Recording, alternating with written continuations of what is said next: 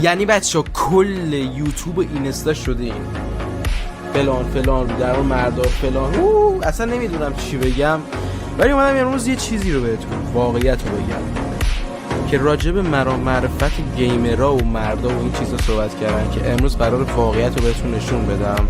ولی خدا وکیلی اگه 1% تو زندگیتون حتی شده یه کار خوب کردید که میدونم همتون کردید، ویدیو رو لایک کنین تا بریم به همه ثابت کنیم معرفت مردا انقدر زیاده که حتی توی کال آف دیوتی و کلا گیم‌های دیگه هم ثابت شده است. بس صحبت نکنم. Все твои обещания пустота. داداش نزن جون مادرت نزن.